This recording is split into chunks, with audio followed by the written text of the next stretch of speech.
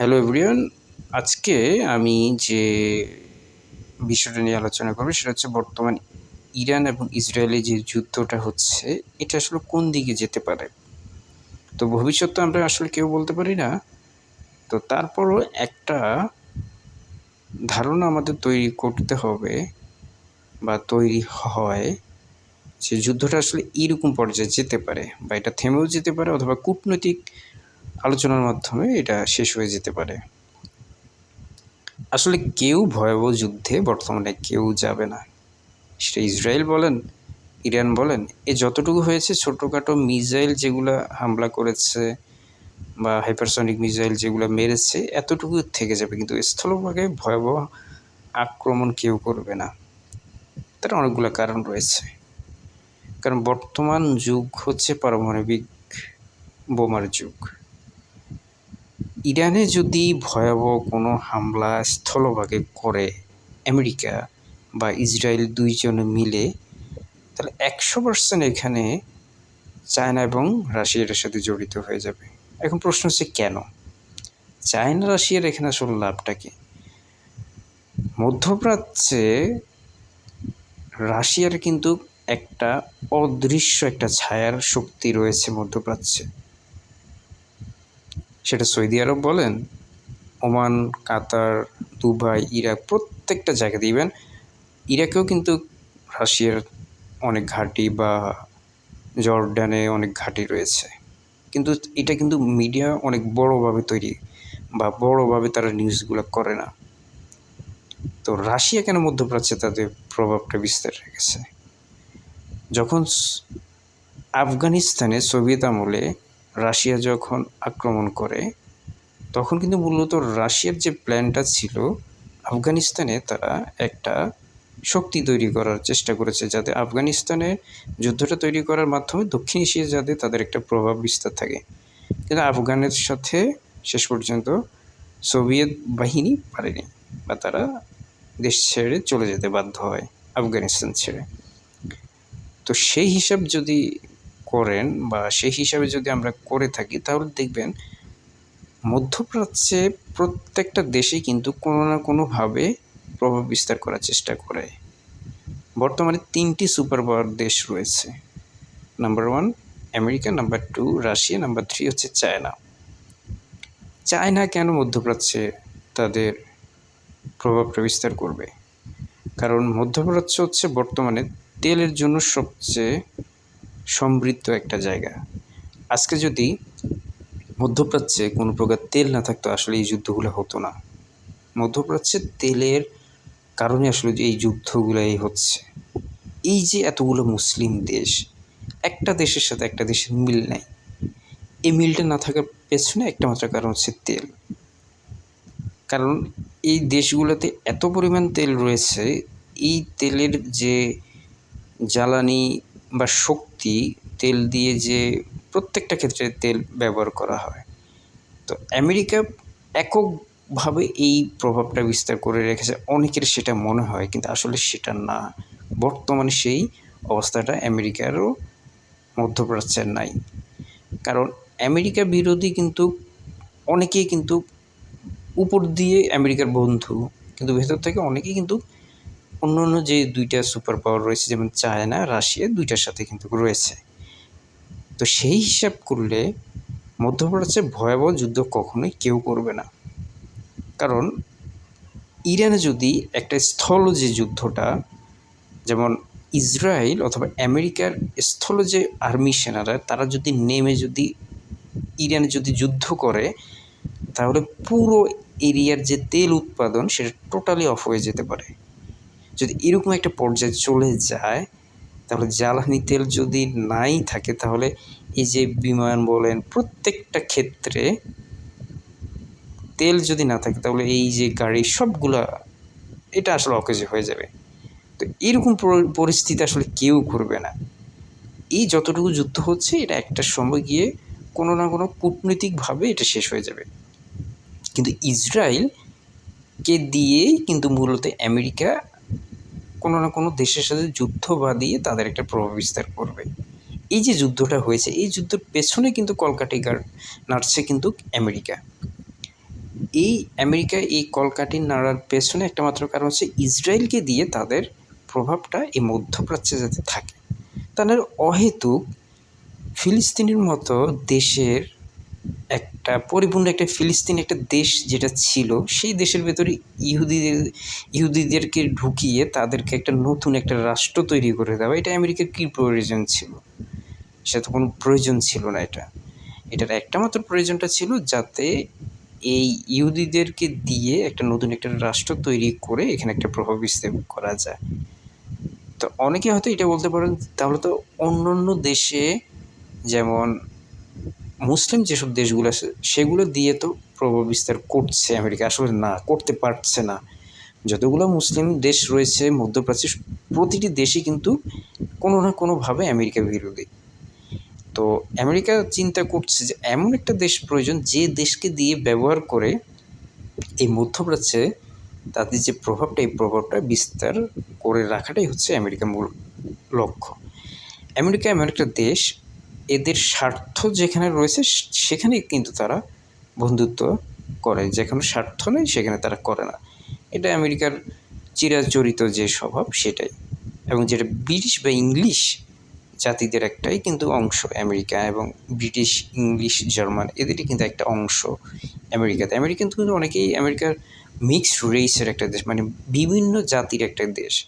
তো মূলত তাদের মূল টার্গেটটা হচ্ছে যেখানে স্বার্থ রয়েছে সেখানেই কিন্তু তাদের উপস্থিতি বা তাদের কার্যক্রম কিন্তু তারা পরিচালনা করে।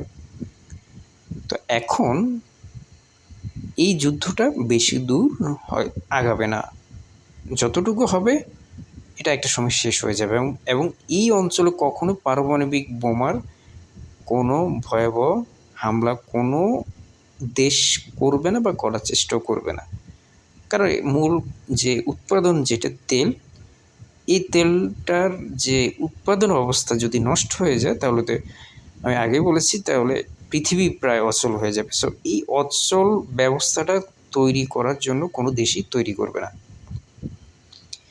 এখন এই মধ্যপ্রাচ্যে চায়না ধীরে ধীরে ঢোকার চেষ্টা করছে, এবং চায়না একটা নীতি হচ্ছে, চায়না যেটা শ্রীলঙ্কাতে করেছিল, তারা বিভিন্ন প্রজেক্ট নিয়ে তাদেরকে ঋণের বোঝা করে প্রায় শ্রীলঙ্কার একটা শক্তিশালী একটা অবস্থা তারা তৈরি করেছিল বা ধরে রেখেছিল।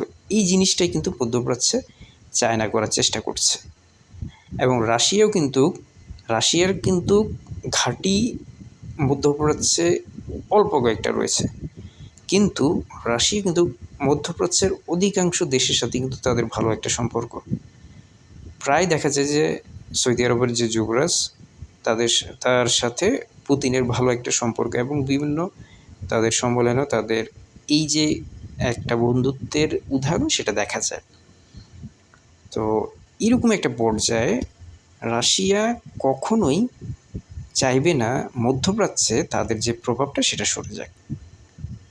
সো এখানে তিনটি দেশই কিন্তু, বিশেষ করে যে তিনটি দেশ সুপার পাওয়ার, আমেরিকা, রাশিয়া এবং চায়না, এই তিনটি দেশ এই মধ্যপ্রাচ্যে তাদের যে প্রভাবটা সেটা বিস্তার করে রাখবে। সো এই যুদ্ধটা কখনোই তৃতীয় বিশ্বযুদ্ধের মতো অবস্থায় কখনোই যাবে না, কারণ এখানে প্রত্যেকটা তিনটি বড় বড় দেশের একটা ভালো একটা তাদের যে প্রভাব বিস্তার করেছে, তাদের যে চাহিদাটা, সে চাহিদার জন্য কেউ এখানে ওরকম কোনো আক্রমণ করে এই দেশগুলোতে অস্থিরতা তৈরি করে তেল উৎপাদনে ব্যাঘাত কোনো দেশে করবে না এবং করার সুযোগ দিবে না।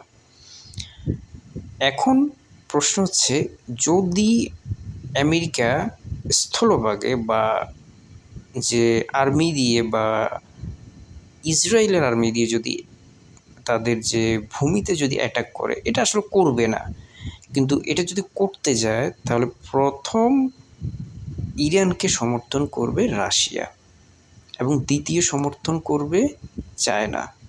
এবং এই দুইটা শক্তিশালী পাওয়ার দেশের সাথে আমেরিকার বর্তমানে ওরকম যুদ্ধ করার মতো অবস্থান নাই, আর এটা আমেরিকা কখনোই করবেও না, পারবেও না। কারণ ইউক্রেন যুদ্ধে যেসব ড্রোনগুলা রাশিয়াকে দেওয়া হয়েছে সেগুলোর অধিকাংশ প্রায় 80% কিন্তু এই ইরান থেকে দেওয়া হয়েছে। এবং তাদের একটা চুক্তি পর্যন্ত রয়েছে, যেখানে কোনোভাবে যদি ইরানের উপর অন্য কোনো শক্তিশালী দেশ আক্রমণ করে, তারা সেটাকে সহযোগিতা করবে। হয়তো তারা প্রকাশ্যে করবে না, কিন্তু ভেতরে ভেতরে তারা অবশ্যই করবে। রাশিয়া করবে এবং চায়নাও করবে। এবং তারা যদি সরাসরি যুদ্ধে যদি অংশগ্রহণ নাও করে থাকে, তাহলে তারা কোনো না কোনোভাবে ইরানের সাথে তাদের যে প্রযুক্তিগত যে সুবিধাগুলো, সেগুলো রাশিয়া থেকে তারা পাবে এবং চায়না থেকেও পাবে।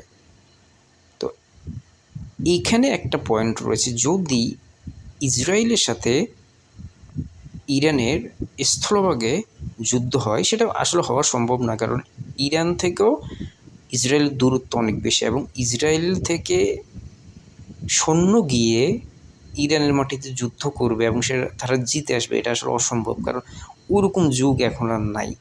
এখন যেগুলো হচ্ছে বিভিন্ন মিসাইলের মাধ্যমে যেসব মিসাইলগুলো আক্রমণ করে, এই মিসাইলগুলো আক্রমণ করেই যতটুকু করা যায় অতটুকু করবে, এতটুকু পর্যন্ত এখানে থেকে যাবে বা থেমে যাবে। এটা আসলে অতদূর বর্ধিত হবে না, হওয়ার সম্ভাবনাও নাই। আর রাশিয়াও কিন্তু চাইবে কোনো না কোনোভাবে এই যুদ্ধটাকে আলোচনার মাধ্যমে শেষ করে দেওয়ার জন্য, কারণ রাশিয়া ইউক্রেন যুদ্ধে অলরেডি তাদের অর্থনৈতিক অবস্থা অনেকাংশে কিন্তু একটু হলেও দুর্বল হয়ে গিয়েছে। এবং আপনারা তো অনেকেই জানেন, ইউক্রেনের প্রায় 25% ভূমি অলরেডি রাশিয়া এবং ক্রিমিয়া থেকে অধিকাংশ দখল করে তারা এখন নিজেদের ম্যাপের সাথে সংযুক্ত করেছে। তো সেই অবস্থায় রাশিয়া ইরানের সাথে হয়তো প্রযুক্তিগত সহযোগিতা করতে হবে, কিন্তু সরাসরি যুদ্ধে এখন পর্যন্ত যাবে না, আপাতত এই পর্যন্ত দেখা যাচ্ছে। এখন ভবিষ্যৎ আসলে আমরা কেউ বলতে পারি না, তবে যুদ্ধ বা তৃতীয় বিশ্বযুদ্ধ বা ভয়াবহ কোনো প্রক্রিয়া হওয়ার অপেক্ষা এখনও হয়নি, বা ওরকম পর্যায়ে যাওয়ার অবস্থা এখনও তৈরি হয়নি আপাতত এই পর্যন্ত।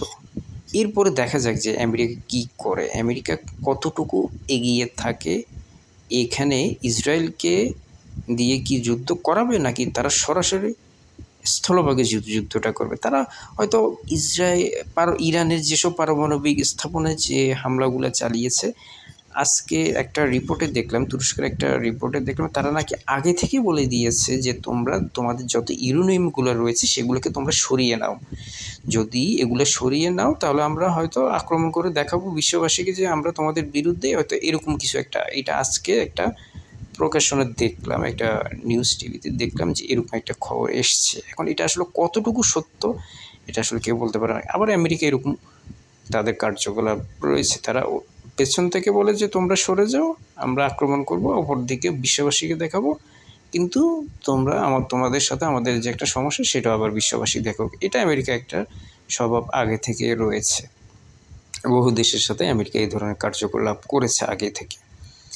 তো আপাতত এই পর্যন্তই যুদ্ধের অবস্থাটা দেখা যাচ্ছে, কিন্তু ভবিষ্যতে যে কি হবে সেটা আসলে যদিও আমরা বলতে পারছি না, তবে বড় ধরনের যুদ্ধ বা তৃতীয় বিশ্বযুদ্ধ হওয়ার মতো পরিস্থিতি এখন পর্যন্ত নেই।